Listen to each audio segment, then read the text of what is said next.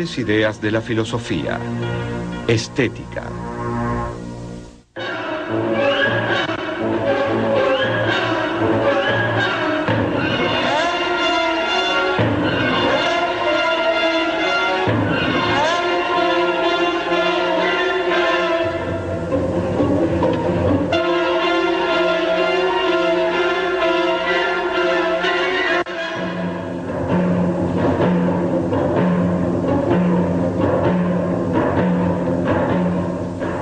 La estética es el estudio filosófico sobre lo bello y sobre el arte.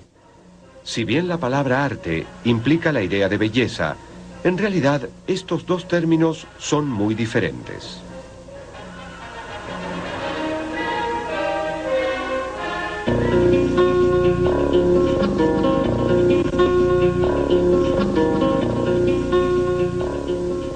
¿Se puede afirmar que el Guernica de Picasso es bello? Posiblemente no nos pondríamos de acuerdo.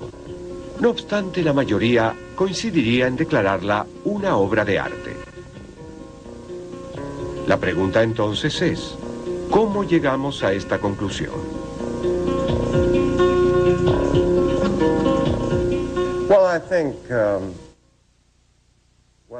Bueno, creo que en términos generales la filosofía del arte se ocupa de lo que es una obra de arte, de lo que hace que algo sea una obra de arte, y de las diferencias entre las obras de arte y todo lo demás. Al menos allí es donde debemos empezar. Y eso sucede inevitablemente con la mayoría de los temas filosóficos.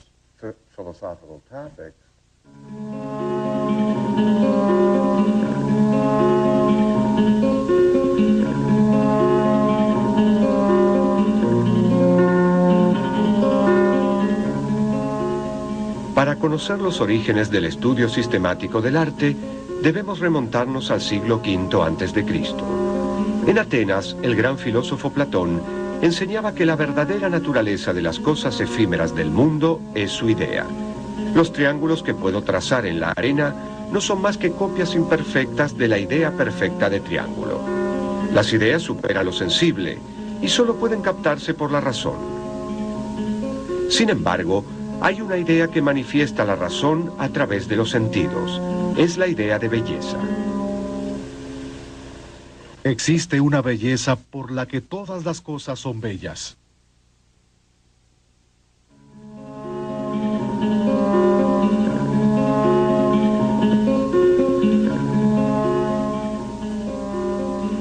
En el banquete, Platón argumenta que la manifestación bella atrae a quien la ve. A tal atracción la llama Eros, el dios griego del deseo.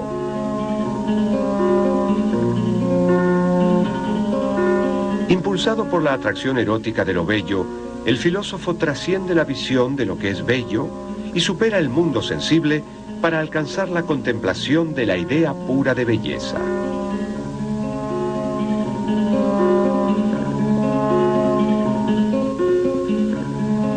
La reflexión platónica sobre la belleza no tiene en cuenta la función que el arte podría cumplir en la estética.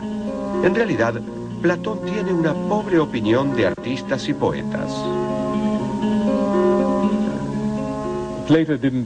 Platón no escribía sobre la estética en cuanto que no escribía sobre el arte, sino sobre el entretenimiento popular de su época. Porque la tragedia griega, como la novela en el siglo XVIII, era el entretenimiento popular. Y las razones que daba para tomar la tan polémica decisión de marginarla completamente de la gran ciudad de la República eran fundamentalmente tres. Confunde lo auténtico con lo falso, y uno termina creyendo que cosas totalmente falsas son lo verdadero. Representaciones totalmente falsas sobre la virtud son la verdadera virtud, el éxito, la grandeza o el coraje o lo que sea. Sirve fundamentalmente para representar solo asuntos infames y violentos. Después de todo, dice, una buena persona es bastante aburrida porque no cambia mucho. Y por último, es capaz de influenciar incluso al mejor de nosotros para actuar en la vida real de una manera de la que realmente nos avergonzaríamos si no nos hubiésemos expuesto al arte. En la República, Platón explica su concepción del arte como una traición a la idea. Al copiar la realidad, el artista copia una copia, ya que el objeto sensible ya es una copia de su idea.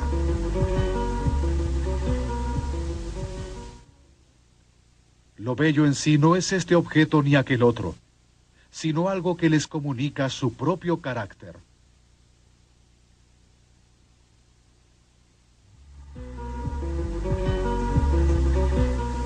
Platón desconfiaba de los poetas porque creía que solían hablar sobre cosas que no podían conocer verdaderamente. Para una buena sociedad sería mejor que no haya ninguno de ellos.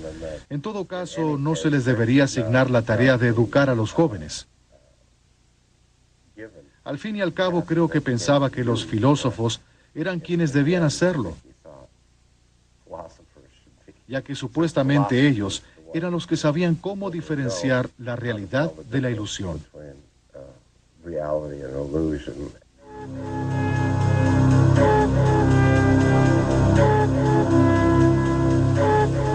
Aristóteles, discípulo de Platón, escribió La Poética, uno de los libros más influyentes en la teoría del arte de todos los tiempos.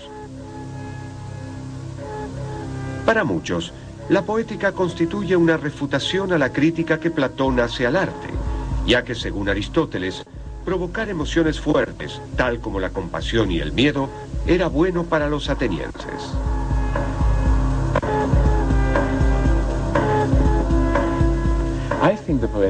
Creo que la poética, si bien es una obra sumamente importante y magnífica, es realmente muy simple.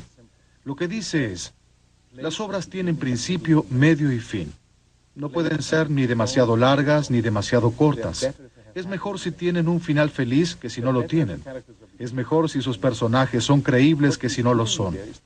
Lo que él está haciendo aquí es darnos los principios elementales que demuestran que una obra puede ser escrita bien o mal. Porque Platón había argumentado que escribir poesía no es un arte, que el poeta solo sabe cómo imitar la apariencia de un general, de un marido o de un niño. Pero además de saber cómo imitar la apariencia de estas cosas, o tal vez no hacerlo, es necesario aprender los principios sobre cómo componer una obra. Es por ello que la poesía es un arte, que es justamente lo que Platón había negado, al decir que los poetas solo trabajaban impulsados por la inspiración y sin saber lo que hacían.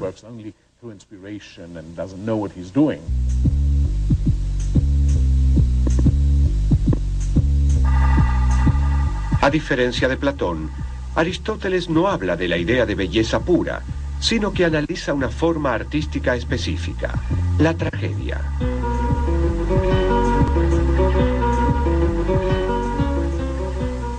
Las formas supremas de lo bello son la conformidad con las leyes, la simetría y la determinación o delimitación.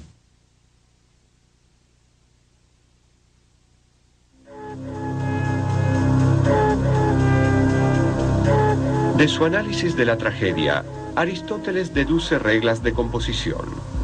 La más famosa es la regla de las 3 unidades: unidad de acción, de tiempo y de lugar.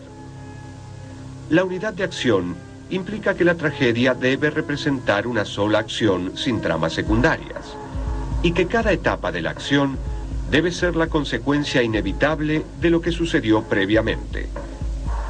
En cuanto a la unidad de tiempo, la trama no debe exceder las 24 horas. Y finalmente, la unidad de lugar consiste en que todo debía ocurrir en la misma localización. Pero, ¿qué pasó en la Edad Media? En el Medioevo no hay una estética propiamente dicha.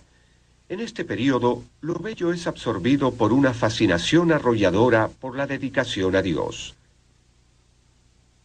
La teoría del arte fue reformulada meramente como técnica.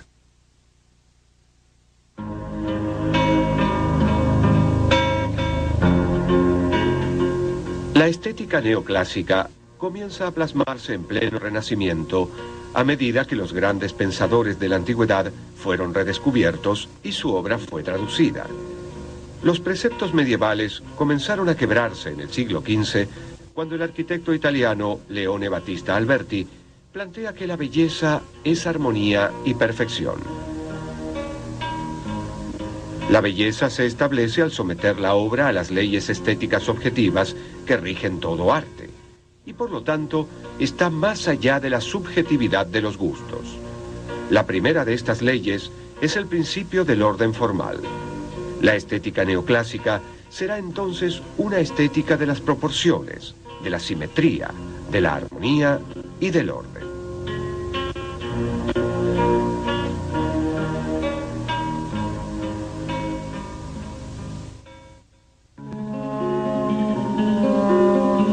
Las bases de la estética, como se la estudia en la actualidad, surgieron en Inglaterra en el siglo XVIII durante un período de notable actividad intelectual. Aquí encontramos el primer sistema moderno de arte, según el cual las artes se mantenían unidas a través de la imitación de la naturaleza. Aquí también encontramos la primera formulación de desinterés estético, es decir, la idea de que existe una actitud especial de desinterés hacia los problemas prácticos, la cual es esencial para valorar el arte. Los artículos de Joseph Addison, que conforman la obra Los placeres de la imaginación, marcan el comienzo de la teoría estética moderna, y la obra de Francis Hudson, Investigación sobre la belleza, el orden, la armonía y el diseño, constituye el primer tratamiento sistemático filosófico sobre el tema. La moral ocupaba un lugar principal en la obra de Hudson y de su contemporáneo Anthony Ashley Cooper, conde de Shaftesbury.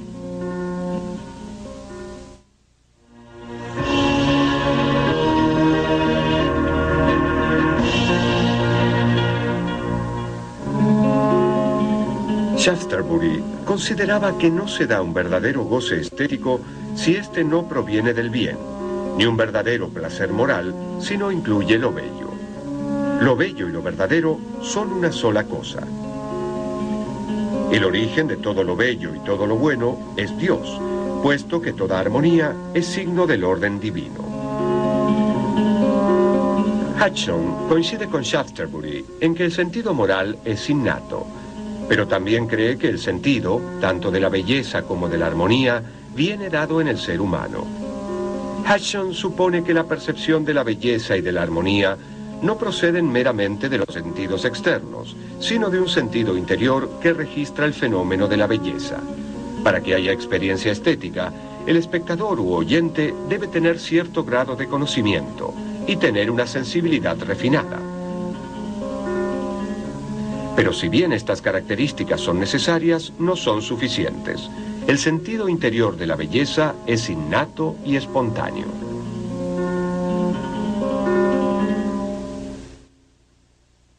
Las ideas que la belleza y la armonía provocan en nuestra alma nos placen necesaria e inmediatamente, igual que las otras ideas sensibles.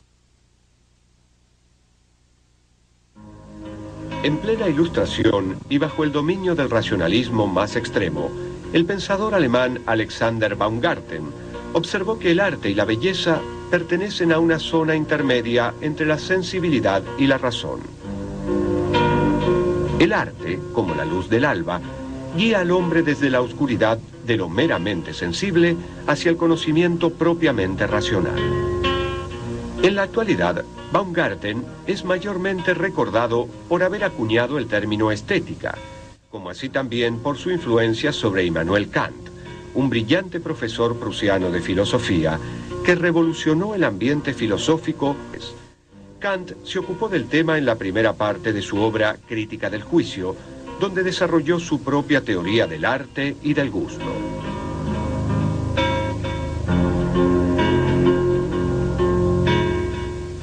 En otra obra seminal, Crítica de la Razón Práctica, Kant examina la acción humana y desarrolla las nociones de necesidad y libertad, y concluye que en la medida en que esos dos ámbitos, el de la naturaleza y el de la libertad, estén separados, el hombre queda desgarrado como ciudadano de dos reinos. Kant proclama que es la experiencia estética la que permite reconciliar el determinismo de la naturaleza con la libertad de la moral humana.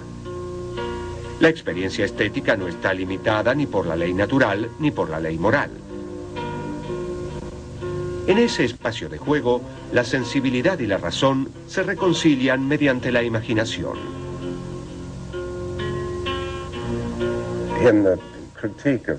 En la crítica del juicio, Kant dice: en una pintura o en un poema no existe casi nada que no pueda ser tratado como algo bello.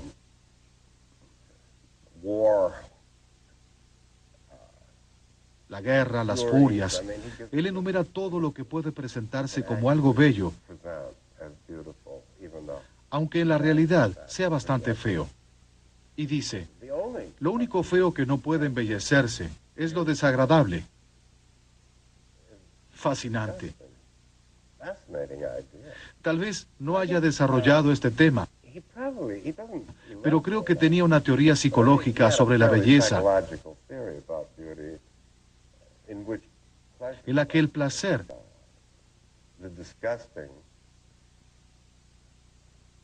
y lo desagradable provoca dolor, en tanto que es la naturaleza misma de lo desagradable lo que queremos hacer desaparecer, sacar, escupir, vomitar. Es muy interesante.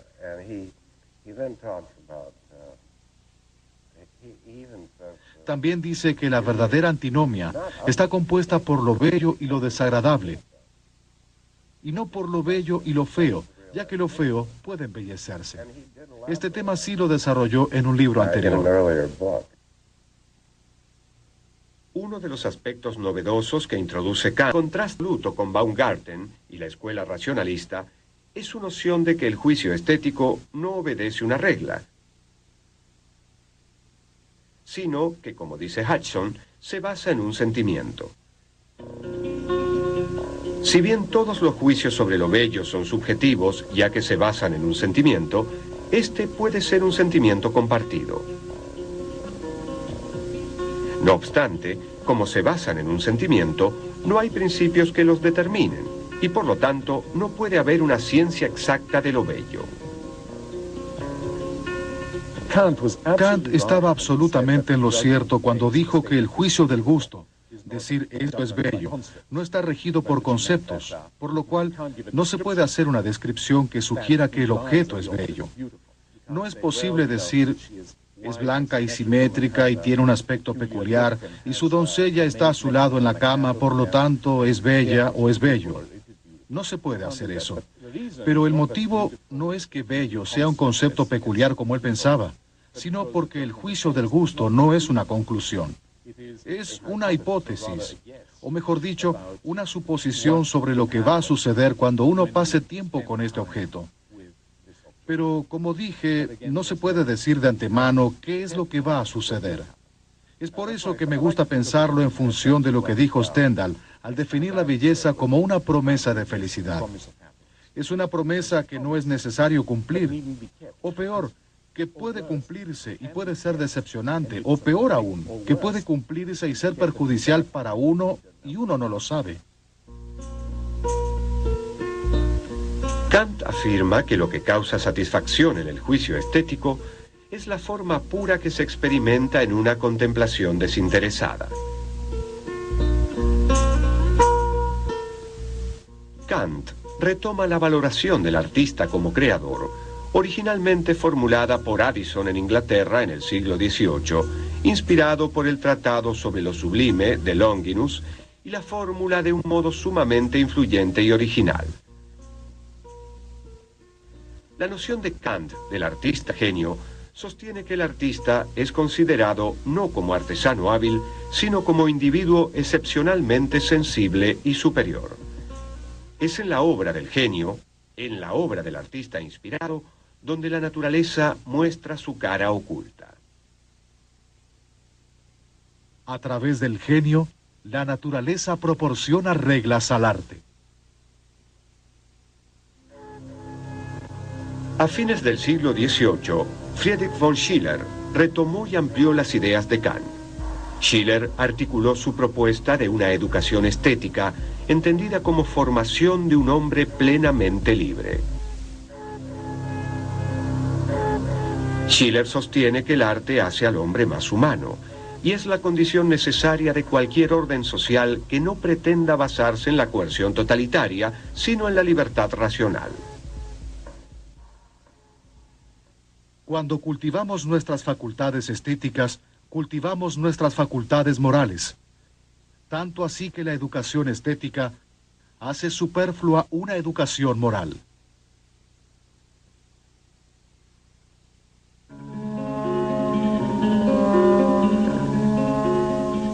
La teoría kantiana del genio tendrá gran importancia en la formación del romanticismo, cuya principal característica puede encontrarse en la relevancia dada a la figura del artista. Los románticos consideraron al talento personal como un valor en sí mismo y lo tomaron como algo innato. Como Kant, creían que no había academia en el mundo que pudiera enseñar a crear una obra maestra. De esta manera, el culto del genio individual y anticonvencional que había empezado con los filósofos ingleses del siglo XVIII ocupó un lugar principal en la estética. En el siglo XIX, solo unos pocos hubieran dudado en afirmar que la concepción romántica era la última palabra en estética. El filósofo alemán Georg Wilhelm Friedrich Hegel, en sus lecciones de estética, dictadas entre 1817 y 1829, distinguió tres edades en la historia del arte: el arte oriental o simbólico, que se expresa mediante alegorías, el arte clásico y el arte romántico. Hegel alega que mediante el arte, el hombre expresa claramente lo que es y lo que puede ser. En el arte, lo material resulta esencialmente espiritualizado, y el arte romántico corresponde a la plenitud de tal espiritualización. La obra de arte no existe solo para la intuición sensible como objeto sensible, sino asimismo para el espíritu. Lo bello se determina como la apariencia o el reflejo sensible de la idea, del absoluto.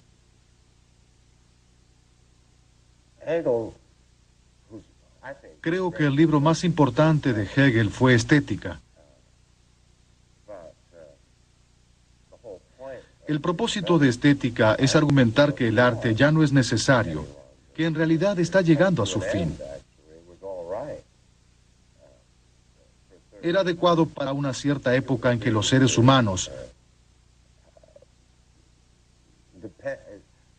antes de que la filosofía se volviese lo suficientemente fuerte como para abordar el tipo de preguntas que el arte puede abordar, Hegel tiene esta maravillosa idea en el mayor interés del espíritu, esas son sus palabras.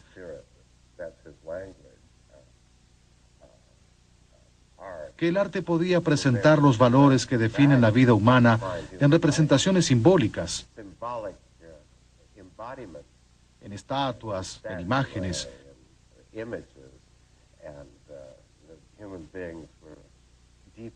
Y los seres humanos dependían mucho de las imágenes para aprender el significado de la vida.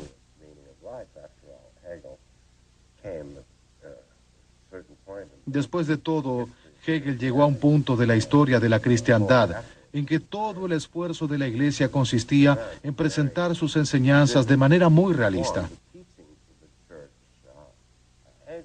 Y Hegel pensaba que habíamos llegado a un punto en que ya no necesitábamos al arte, como si fuera un área que perteneciera a la infancia de la humanidad.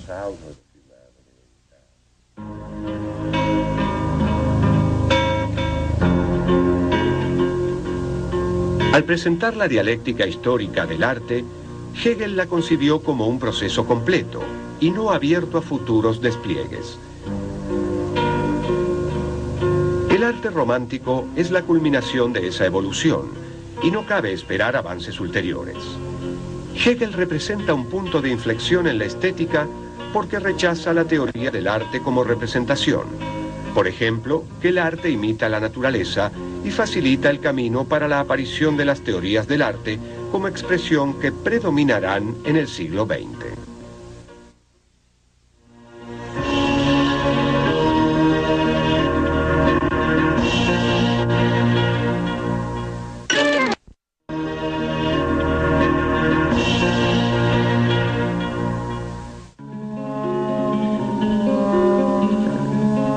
En la misma época en que la reflexión estética de Hegel alzaba vuelo, otro filósofo alemán, Arthur Schopenhauer, ubicó al arte en el centro de su propio pensamiento. Influido por el hinduismo, Schopenhauer plantea que el mundo es solo un tejido de apariencias urdido por nuestro intelecto. La realidad es en sí solo voluntad de vivir, que late en lo más profundo de todo lo que hay, no solo en los seres orgánicos, sino incluso en la naturaleza inanimada. Esta fuerza ciega, este impulso de ser, se nos revela en la contemplación artística. La música, sobre todo, encarna la voluntad misma en su ímpetu y energía incesantes.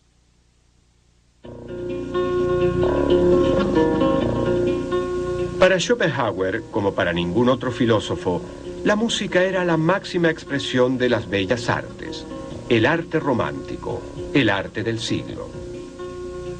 La teoría de Schopenhauer sobre la música como encarnación de la voluntad fue una de sus más importantes contribuciones a la reflexión estética.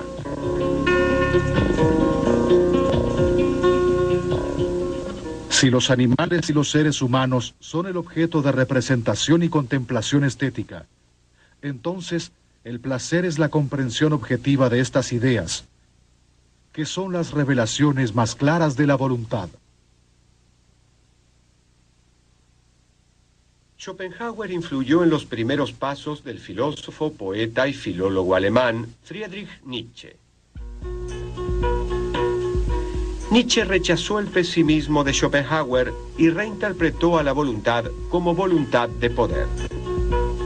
En su obra El origen de la tragedia, Nietzsche afirma que el arte es un gran sí a la vida, más allá de lo lógico y racional. El arte, dice Nietzsche, consta de dos principios, el apolíneo y el dionisíaco. El apolíneo remite a Apolo, dios de las imágenes nítidas que aparecen bajo la luz solar y de las imágenes borrosas del sueño.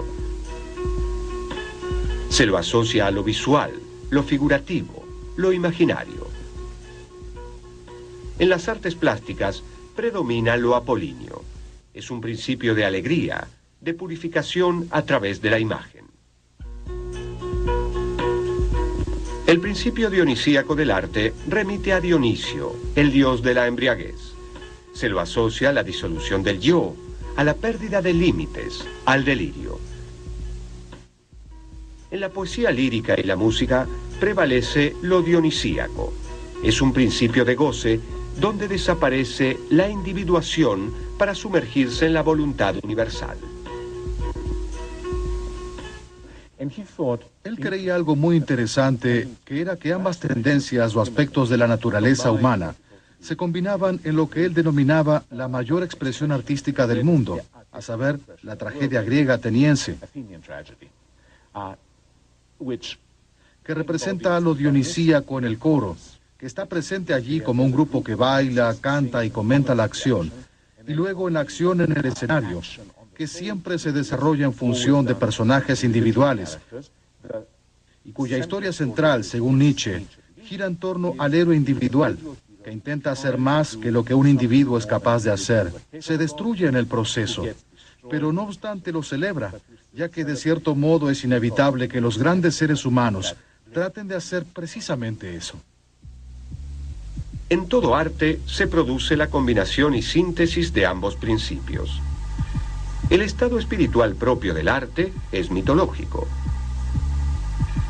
El aporte de Nietzsche no es tanto la elaboración de una estética sistemática, sino una invocación de ese estado espiritual sagrado, festivo, mitológico. Solo el arte puede reemplazar a las antiguas mitologías. Y así llegamos al siglo XX. El problema más acuciante y persistente que enfrenta la estética contemporánea es la noción misma de arte. En la primera mitad del siglo, la visión dominante fue la que se conoció como la teoría del arte como expresión. cuyo defensor más famoso tal vez sea León Tolstoy, y que fuera formulada definitivamente en 1938 por el filósofo de Oxford, Robin George Collingwood. Esta teoría afirmaba que el arte es la expresión de un sentimiento, definiendo expresión y sentimiento de distintas maneras.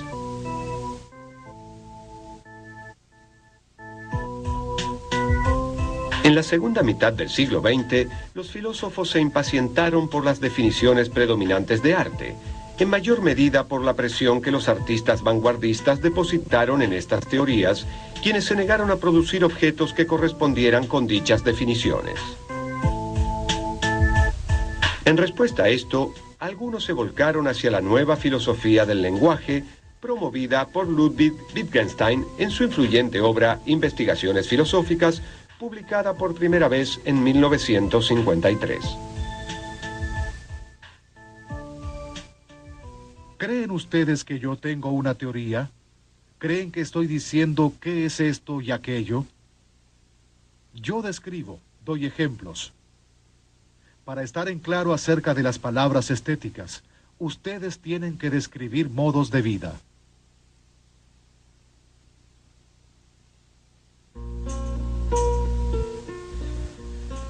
Desde su cátedra en la Universidad de Cambridge, Wittgenstein desarrolló su revolucionaria teoría sobre los usos del lenguaje. Para entender una palabra, hay que atender a sus usos habituales, porque ella no es nada fuera de esos usos. Por ejemplo, no existe una verdadera esencia de fruta, como querría el platonismo. Lo que hay es una serie de entidades como manzanas, ciruelas, naranjas, que tienen algún aire de familia. El aire de familia justifica que se les dé una denominación común, la palabra fruta. Sostengo, pues, que la propia naturaleza aventurera y expansiva del arte, sus constantes cambios e innovaciones, hacen que sea lógicamente imposible determinar un criterio de definición.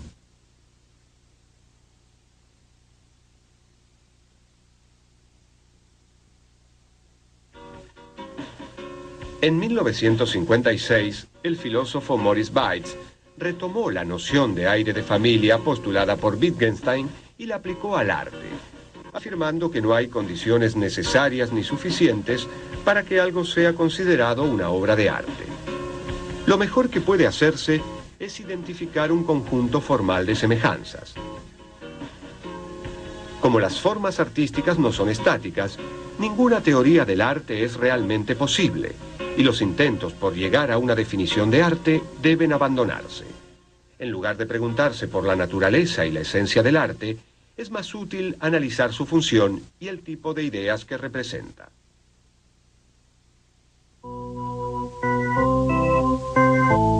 La argumentación de Bates justifica que, por ejemplo, el artista plástico Marcel Duchamp exhiba como arte un mingitorio sacado de su contexto práctico habitual.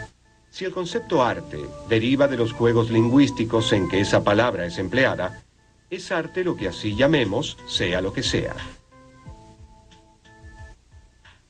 La teoría institucional del arte llegó a una conclusión similar. Su mayor exponente fue George Dickey, quien propuso fundamentalmente que una obra de arte podía ser cualquier cosa que la institución del mundo del arte considere como tal.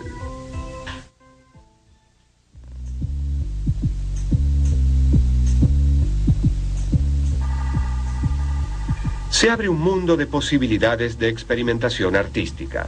El siglo XX se caracterizó por la fuerza y originalidad de sus vanguardias. El dadaísmo, el cubismo, el surrealismo, el pop art y otros movimientos exploraron la forma y la materia de lo artístico. La idea de belleza fue casi olvidada.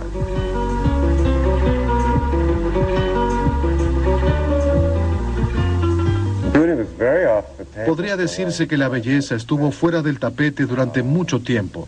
Nadie hablaba sobre ella en la década del 60.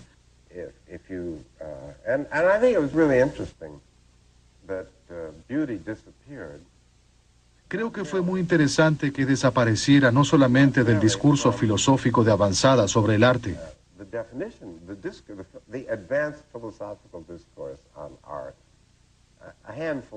un grupo de filósofos analíticos, Richard Wollheim, George Dickey, uno o dos más y yo, nunca hablábamos sobre la belleza. Y yo particularmente consideraba que era bueno que no lo hiciéramos. No creo que nadie supiera cómo abordarla, pero no parecía ser necesario cuando estaba elaborando este tema. Y no desapareció solamente de la filosofía, desapareció del arte por completo, ya que a fines de la década del 60 existía el consenso generalizado de que una obra de arte podía tener el aspecto que quisiera, con lo cual no debía ser necesariamente bella. No quiere decir que no pudiera serlo, sino que la belleza ya no era condición necesaria. Entonces desaparece del arte porque el arte está evolucionando y ampliando sus metas.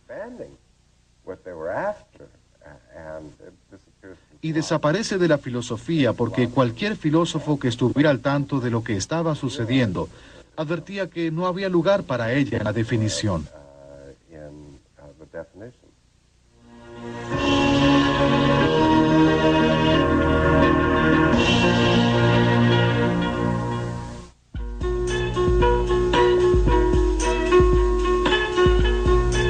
Al no imitar la naturaleza ni someterse a pautas fijas o modelos previos, la obra de vanguardia rápidamente genera encendidas polémicas.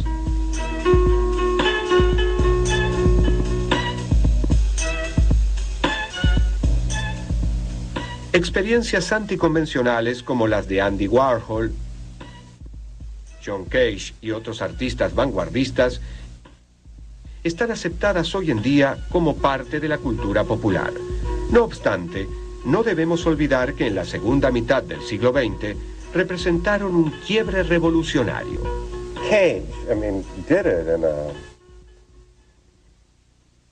Cage fue profundamente revolucionario cuando en 1952 presentó una pieza para piano famosa denominada 4 minutos y 33 segundos,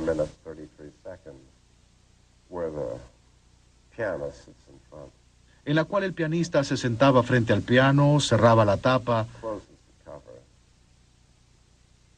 contaba los compases que había para el primer movimiento, la abría nuevamente, había 3 movimientos o 4, no recuerdo, pero eran 4 minutos y 33 segundos. Y lo interesante de esos 4 minutos y 33 segundos era que no había silencio, sino nada de lo que uno podría identificar como un sonido de piano. Había más bien todos los otros demás sonidos, toses, bostezos, eructos, bocinas de autos que pasaban por la calle, el sonido de los pájaros, todo lo que uno simplemente borra de la experiencia artística. En la pieza de Cage, esa es la experiencia artística y eso es muy profundo. Hubo un poco de revuelo cuando presentó la pieza por primera vez, porque el público esperaba escuchar a Cage tocar el piano. Pero Cage se sentó y escuchó al mundo. Muy interesante, muy interesante.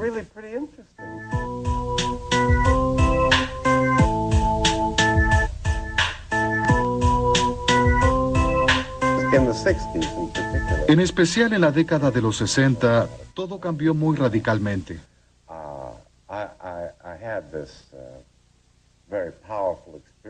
Ya he escrito varias veces sobre esta experiencia tan fuerte que tuve cuando fui a la exposición de Andy Warhol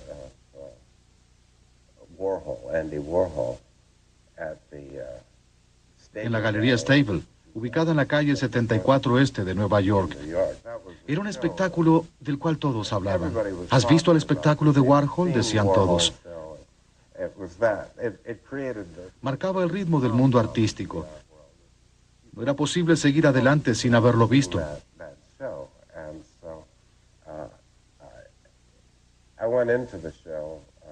Entré a la exposición y allí estaban todas estas pilas de lo que parecían ser cajas de supermercado.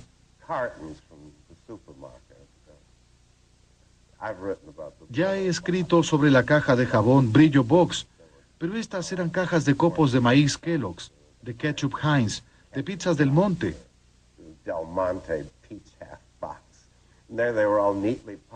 Y estaban apiladas muy prolijamente en las dos salas de la Galería Stable, que dicho sea de paso fue incorporada al Museo Whitney, pero que en ese momento era una galería vanguardista muy importante.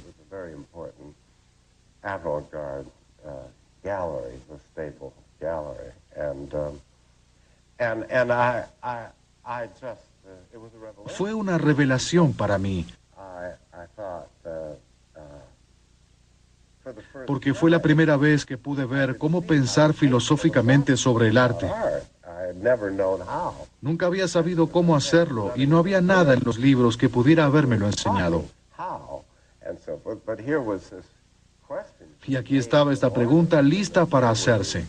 Y estaban estas cajas en una galería de arte y se las vendía como obras de arte. Y parecían exactamente iguales a las cajas del supermercado, a las cuales no se las consideraba arte en absoluto, sino que eran lo que uno llamaría cosas meramente reales, objetos utilitarios, parte de la vida diaria. Entonces, ¿cuál era la diferencia entre las dos? Y esa pregunta era para mí algo increíble, que nunca antes podría haberse hecho. Debía formularse desde el interior de la historia del arte moderno. Pero en 1964, 1965, en realidad en la década de los 60 en general, pasó a ser una de las principales posibilidades artísticas. Y para mí fue una de las cosas más interesantes que podría haber imaginado jamás.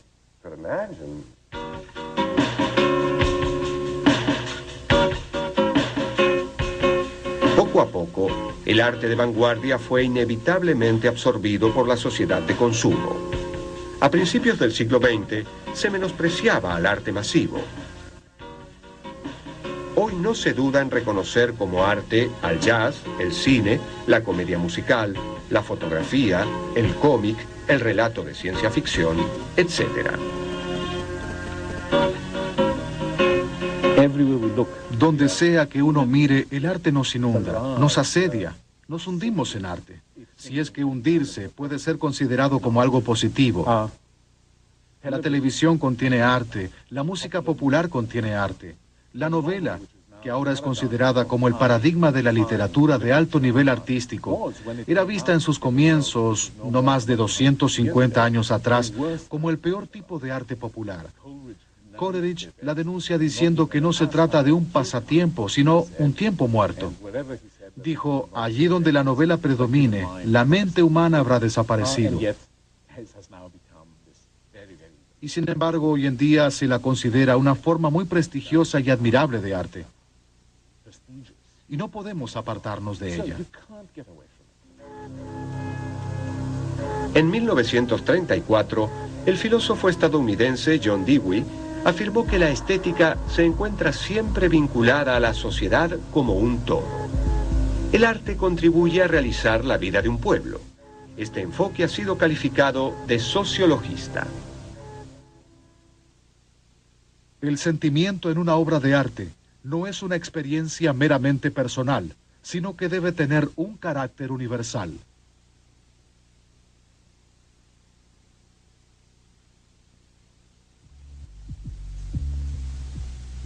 El filósofo alemán Walter Benjamin afirmó en 1936 que el concepto de arte ha sido revolucionado también por los avances tecnológicos, que han permitido acceder a la reproducción ilimitada del objeto artístico.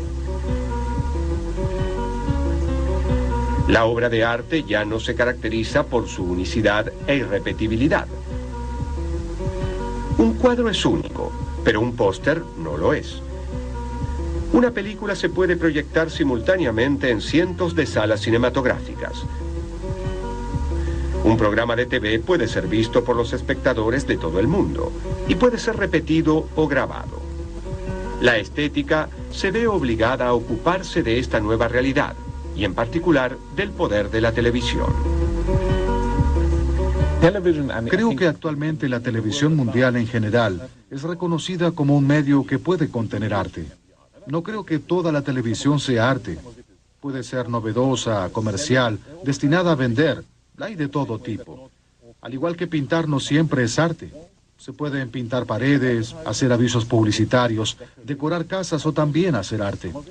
Una pintura puede haber sido creada para hacer arte o puede convertirse en arte sin que esa haya sido su razón de ser. La televisión es como la escritura. Algunas obras escritas son literarias, la mayoría no lo son. Parte de la televisión es artística, por así decirlo. La mayoría no lo es. Existen muchos libros al respecto y basta ver la sección de medios de comunicación para sorprenderse por lo que está sucediendo. En cambio, creo que los intelectuales serios no le prestaron debida atención, o si lo hicieron, por lo general la denunciaron en su totalidad o la defendieron de un modo no particularmente útil. Algunos contenidos televisivos son realmente muy buenos, no hay duda sobre ello. Sin embargo, los académicos e intelectuales todavía sospechan sobre la televisión porque suelen considerarla como algo monolítico, una sola cosa que deben o bien aceptar o rechazar en su totalidad. La estética contemporánea involucra al observador en la creación del objeto artístico, requiriendo una nueva sensibilidad, tanto del artista como del público. ¿Qué valoramos en una obra de arte? ¿Será tal vez que provoque en nosotros sentimientos o respuestas cognitivas? ¿O es algo mucho más complejo? Por ejemplo, creo que para valorar una obra de arte no es suficiente decir es magnífica. Valorar una obra de arte no significa simplemente que a uno le guste. Valorarla es vivirla, lo cual implica en un nivel muy elemental, no un nivel altamente filosófico, cambiar los hábitos. Y si usted encuentra una obra de arte que le gusta, usted va a verla, o leerla, o escucharla, o lo que sea. Hablará con otras personas que la hayan visto, o escuchado, o observado, o lo que sea. Leerá diferentes libros, conocerá diferentes personas, irá a diferentes lugares a donde nunca había ido. En otras palabras, cuando le gusta algo de esa manera, usted cambia su vida naturalmente a causa de ello. Y la pregunta es, ¿qué efecto produce a largo plazo? Y muchas personas creen que si el arte se valora, es porque debe producir efectos buenos. Me refiero a efectos moralmente buenos. Los filósofos deberían ayudar a las personas a pensar más claramente. Pero al mismo tiempo hay que tener cuidado. Volvamos a lo planteado por Barnett Newman.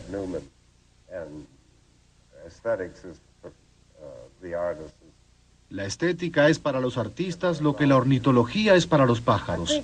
Creo que las personas en el campo de la estética consideraban que eso es lo que debían estar haciendo. Y Newman diría, aquí está el esteticista y aquí están los artistas.